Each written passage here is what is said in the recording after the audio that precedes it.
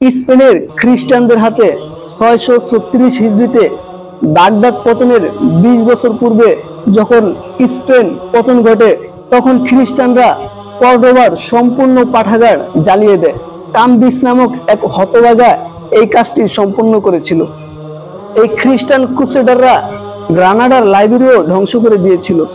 Granada পতনের সময় প্রায় কয়েক মিলিয়ন কিতাব তারা জ্বালিয়ে পুড়িয়ে ছারখার করে দেয়। এভাবে স্পেনের খ্রিস্টানরা প্রায় 10 বার বিভিন্ন লাইব্রেরি ধ্বংস করেছে।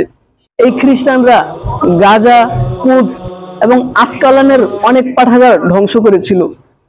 এই হচ্ছে খ্রিস্টান ও তাতারিদের স্বভাব চরিত্র। এই খ্রিস্টান ও তাতারিদের যুদ্ধ ছিল সভ্যতার বিরুদ্ধে, শহরের বিরুদ্ধে, ইসলামের বিরুদ্ধে, এমনকি সুস্থ মানবতার বিরুদ্ধে ছিল তাদের যুদ্ধ। ইউরোপীয় নব উপনিবেশবাদী যারা 19